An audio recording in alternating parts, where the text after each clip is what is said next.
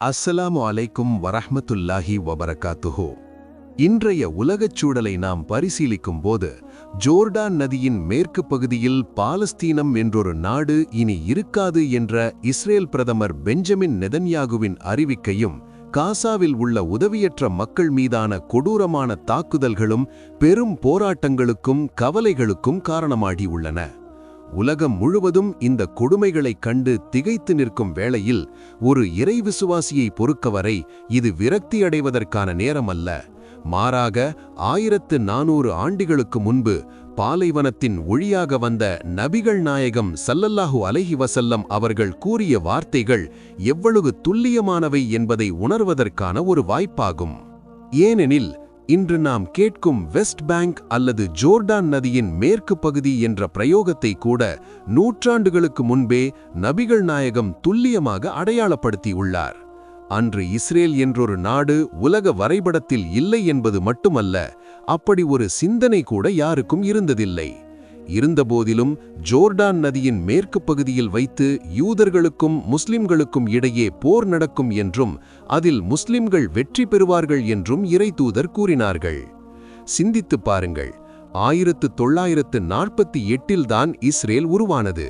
பின்னர் 1967 தான் அவர்கள் ஜோர்டான் நதியின் மேற்கு பகுதியை கைப்பற்றினார்கள். வரலாற்று சிறப்புமிக்க இந்த நகர்வுகள் இறைதூதரின் வார்த்தைகளின் துல்லியத்தையே பறைசாற்றுகின்றன.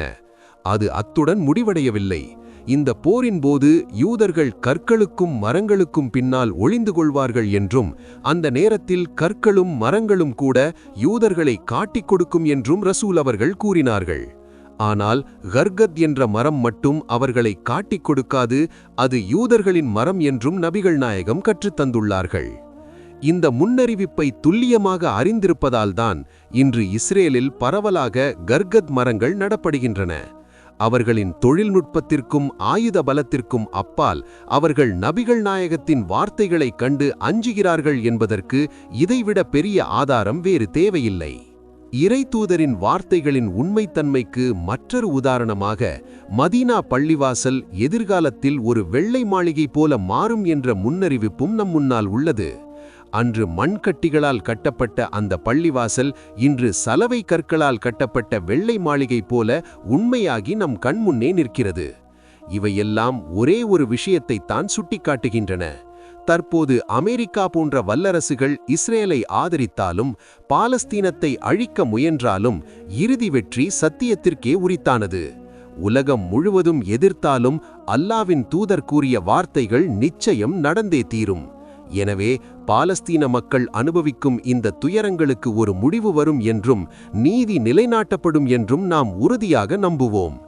எல்லாம் வல்ல இறைவன் பாலஸ்தீனம் மற்றும் காசாவில் உள்ள நம் சகோதர சகோதரிகளுக்கு அமைதியையும் வெற்றியையும் வழங்கி அருள் புரிவானாக.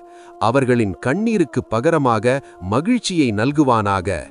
நம்மையும் அவர்களையும் ஸ்வர்க்கத்தில் ஒன்றிணைப்பானாக. ஆமீன். அஸ்ஸலாமு அலைக்கும் வரஹ்மத்துல்லாஹி வபரகாத்துஹு.